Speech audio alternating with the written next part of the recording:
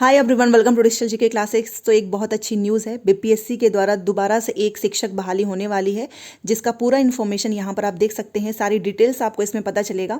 और ये फॉर्म भी भरना जो है 25 अप्रैल से शुरू है और 16 मई तक इसका जो है फॉर्म भरा जाएगा। तो आप में से जितने लोग भी एलिजिबल हैं फॉर्म जरूर भरना, क्योंकि जो आप तैयारी कर रहे हैं ना, मैथ हो गया, जीएस हो गया, आपका रीजनिंग हो गया, आपका सब्जेक्ट हो गया, उसी से प्रश्न पूछे जाएंगे। तो मुझे ऐसा लगता है कि जो लोग बीपीएससी टीआरई की तैयारी कर रहे हैं वो तो इसमें ज़रूर भरो, क्योंकि ये आपका एक हाई लेवल वाली, मतलब कि हाई पोस्ट के लिए है।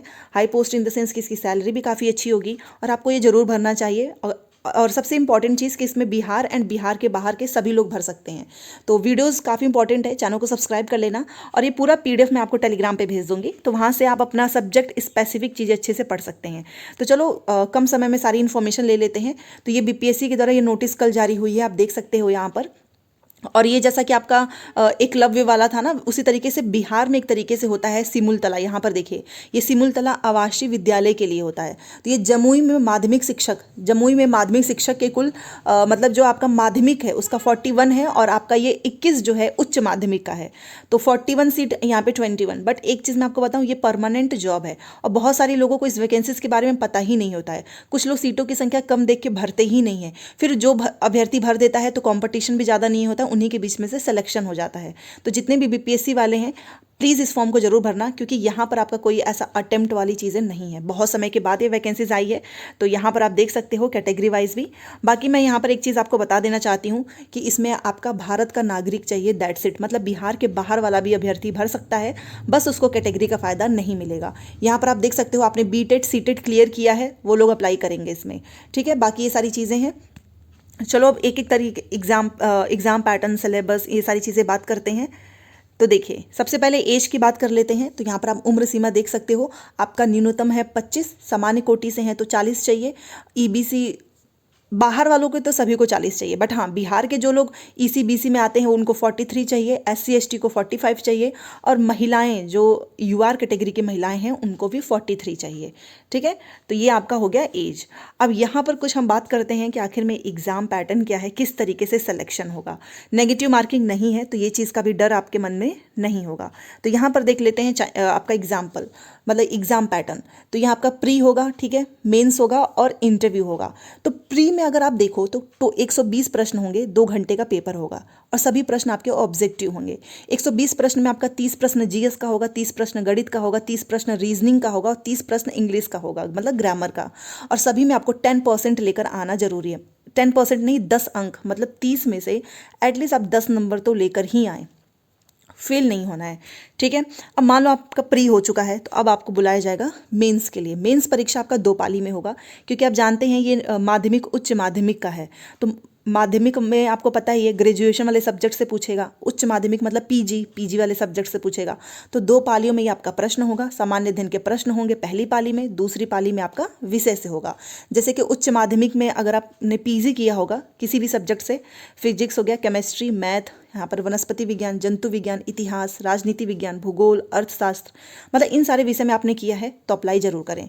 माध्यमिक शिक्षा के लिए, अगर आप माध्यमिक शिक्षा के लिए अप्लाई करना चाहते हैं, अंग्रेजी, हिंदी, संस्कृत, भौतिक, गणित, रसायन विज्ञान, जीव विज्ञान, इतिहास, भूगोल, राजनीति शास्त्र, अगर आपने इससे ग्रेजुएशन किया है तो आप जरूर भरें।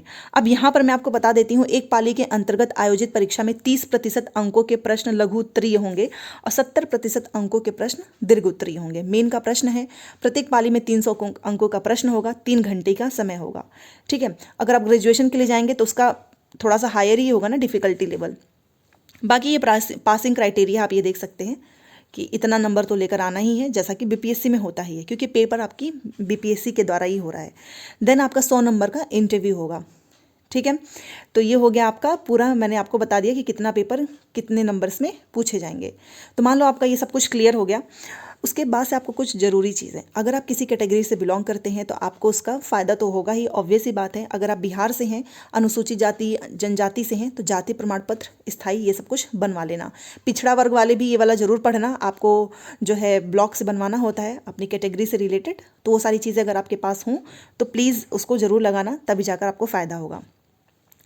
फिर वही है विवाहित महिलाओं के लिए कि उनका जो है आरक्षण का दावा करने वाली जो भी विवाहित महिलाएं हैं, उनका जो भी कैटेगरी से रिलेटेड चीज़ें होंगी वो उनके पिता के नाम से बनेगा, ना कि उनके हस्बैंड से। ठीक है, ये चीज़ क्लियर हो गई। चलिए, अब यहाँ तक तो आपको चीज़ें समझ में आ गई कि पेपर किस तरीके से होगा। बाकी की चीज़ें भी देख लेते हैं, ये तो कैटेगरी से रिलेटेड है, आप इसको पढ़ लीजिएगा। ऑनलाइन आवेदन आपको करना है और ऑनलाइन आवेदन के लिए आपका यहाँ पे ज़रूरी चीज़ें देख लो। मैट्रिक मतलब 10th का आपका अंक पत्र चाहिए होगा ताकि जन्म तिथि का मिलान हो सके। अगर आप ग्रेजुएशन मतलब माध्यमिक के लिए भरेंगे तो ये वाला कॉलम आपके लिए ज़रूरी है। पीजी के लिए आपका पीजी का प्रमाण पत्र, ठीक है। अब एक आपका क्वेश्चन आ रहा होगा कि इसमें बीएड वाले जाएंगे कि डीएलएड वाले। तो माध्यमिक और उच्च माध्यमिक का है तो डीएलएड वाले जाएंगे सीटेट के पेपर 2 के साथ। यहाँ पर देखिए लिखा भी हुआ है, ठीक है। ये चीज़ भी क्लियर हो गई कि कौन इसको भर सकता है। बाकी तो सारी चीज़ें आपको पता ही है कि वही सेम जैसा है। ऑनलाइन एप्लीकेशन, आपको ऑनलाइन फॉर्म भरना है और यहाँ पर आप देख सकते हो सामान्य अभ्यर्थी के लिए 600 रुपये हैं। केवल बिहार के SC ST के लिए 150 हैं। केवल बिहार के आरक्षित अनारक्षित वर्ग की महिलाओं के लिए भी 150 है। बाकी सभी के लिए 600, ठीक है। दिव्यांग अभ्यर्थियों के लिए भी 150 है। यहाँ पर देख लो, ऑनलाइन आवेदन फॉर्म भरने की तिथि है 25 अप्रैल और लास्ट डेट है 16 मई। तो आप में से कितने लोग इंटरेस्टेड हैं इस फॉर्म को भरने के लिए, क्योंकि इसमें सभी लोग फॉर्म को भर सकते हैं। मुझे ऐसा लगता है कि अगर आपकी तैयारी अच्छी है, BPSC की तैयारी, आप अच्छा खासा पेपर पूछता ही है, तो आप इसको ज़रूर करना, ठीक है। क्योंकि ये आपका जो है काफ़ी अच्छा है, आवासीय विद्यालय वाले, इसमें बहुत सारी फैसिलिटी आपको मिलती है।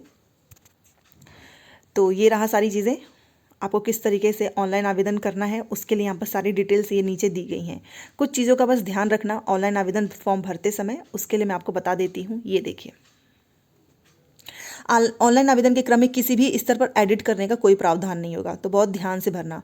और जिन्होंने भी ऑनलाइन आवेदन की प्रक्रिया पूर्ण कर ली हो, फिर भी किसी त्रुटि अगर उनको लग रहा हो तो आप आवेदन को कैंसिल करना चाहते हो, तो वे ऑनलाइन आवेदन की अंतिम तिथि के पहले ही, वही सेम चीज़ है कि आपको रजिस्ट्रेशन को कैंसिल करना होगा, दोबारा से फॉर्म भरना होगा, पैसे फिर से लगेंगे, पैसा वापस नहीं होगा। इसमें ध्यान रखना कि आप जो भी मूल प्रमाण पत्र अंक पत्र से मिलान किया जाएगा तो कुछ भी गलत मत भरना। किसी भी तरीके की अगर त्रुटि पाई जाएगी तो आपका वो रद्द कर दिया जाएगा, ठीक है। अभ्यर्थी का नाम, जन्म तिथि, ये सारी चीज़ें, ऑनलाइन परीक्षा शुल्क जमा करना है। ऑनलाइन आवेदन में अंकित ईमेल आईडी, मोबाइल नंबर, प्राप्त यूज़र नेम, पासवर्ड को सुनिश्चित रखना, मतलब आपको अपनी कॉपी में अच्छे से लिख कर रख लेना है। तो कुल मिलाकर यहाँ पर मैंने आपको सारी चीज़ें बता दी हैं। फिर भी अगर कोई डाउट हो तो प्लीज़ बताना। देखो, ये एग्ज़ाम आपका BPSC लेगा तो उसी लेवल का प्रश्न भी आएगा और ये माध्यमिक उच्च माध्यमिक पे है। सीटेट और बीएड वाले इसमें अप्लाई कर सकते हैं। बिहार के बाहर के सभी अभ्यर्थी सिमुलतला आवासीय विद्यालय में आवेदन जरूर करना, क्योंकि परमानेंट वैकेंसीज है और बहुत समय के बाद आई है। तो मुझे लगता है कि इस फॉर्म को आपको भरना चाहिए, क्योंकि यहाँ पर आप देख सकते हो कि ये वेतनमान आपका लेवल 9 है, काफ़ी अच्छी सैलरी है और ये माध्यमिक शिक्षक के लिए यहाँ पर ये एलिजिबिलिटी दी गई है, ठीक है। और ये आपका उच्च माध्यमिक के लिए है। तो अगर आप इसको डिटेल में पढ़ना चाहते हैं तो टेलीग्राम का लिंक कमेंट सेक्शन में दिया है, ज्वाइन हो जाना। PDF में भेज दूंगी, आप डिटेल में पढ़ सकते हैं। तो चलिए, थैंक्स फॉर वॉचिंग।